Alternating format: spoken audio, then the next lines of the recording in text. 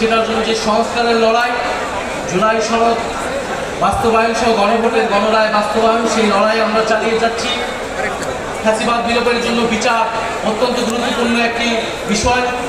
সেই ফ্যাসিস্টদের, গণহত্যাকারীদের বিচারের দাবিতে, গুমখুনকারীদের বিচারের দাবিতে আমরা হেফাজত ইসলামের যে আন্দোলন, আলেম ওলামাদের উপরে যে নির্যাতন, নিপীড়ন, গণহত্যা হয়েছিল 18 সালে কোটা সংস্কার এবং নিরাপদ সড়ক আন্দোলন, ভ্যাট বিরোধী আন্দোলন এবং পিলখানার যে গণহত্যা এবং জুলাই গণ অভ্যুত্থান, বৈষম্যবিরোধী ছাত্র আন্দোলনের নেতৃত্ব সংগঠিত হয়েছিল। এই প্রেক্ষাপটের ভিত্তিতেই জাতীয় নাগরিক পার্টি এনসিপি গঠিত হয়েছিল গত বছর 2025 সালের 28শে ফেব্রুয়ারি।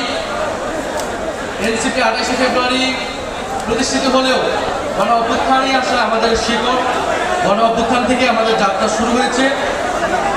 আমরা সামনের দিকে এগিয়ে চাই। সামনে স্থানীয় সরকার নির্বাচন, আমরা স্থানীয় সরকার নির্বাচন দ্রুত হবে সেই প্রত্যাশা রাখবো। সারা দেশে এনসিপির প্রতি আহ্বান থাকবে যে আপনারা স্থানীয় সরকার নির্বাচনের প্রস্তুতি নেন। তৃণমূল সংগঠনকে আমরা শক্তিশালী গড়ে তুলতে চাই। এবারে নির্বাচনে 6টি আসন আমরা বিজয় লাভ করেছি। আমরা এটাতেই সন্তুষ্ট নই। আমরা সামনের দিনগুলোতে আমাদের এই অর্জনকে আমরা বৃদ্ধি করব। আগামী সংসদ দ্রুত সময়ের মধ্যে সংস্কার পরিষদ হবে এবং অন্তর্বর্তী সরকারের যত আইন তারা পাশ করেছে, যত অধ্যাদেশ রয়েছে, সেটাকে ইন্ডিমনিটি দেওয়া হবে, সে সংসদ সেটাকে অনুমোদন করবে, সেই প্রত্যাশা আমরা রাখছি। আর আজকের এই আমাদের আয়োজনে বাংলাদেশ গণপ্রজাতন্ত্রী সরকারের প্রধানমন্ত্রী জনাব তারেক রহমান উনি শুভেচ্ছা বার্তা জানিয়েছেন।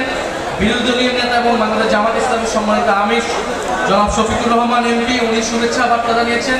ওনাদের প্রতিও আমরা ধন্যবাদ এবং কৃতজ্ঞতা জানাচ্ছি। সর্বোপরি যারা অক্লান্ত পরিশ্রম করেছেন গত 1 বছর ধরে জাতীয় নাগরিক পার্টি এনসিপি, তৃণমূল সহ কেন্দ্রের বিভিন্ন পর্যায়ে নেতাকর্মী এই নির্বাচনে যারা সহায়তা করেছেন আমাদেরকে, বাংলাদেশের সাধারণ মানুষ যারা আমাদেরকে ভোট দিয়েছে, তাদের প্রতি কৃতজ্ঞতা জানাচ্ছি।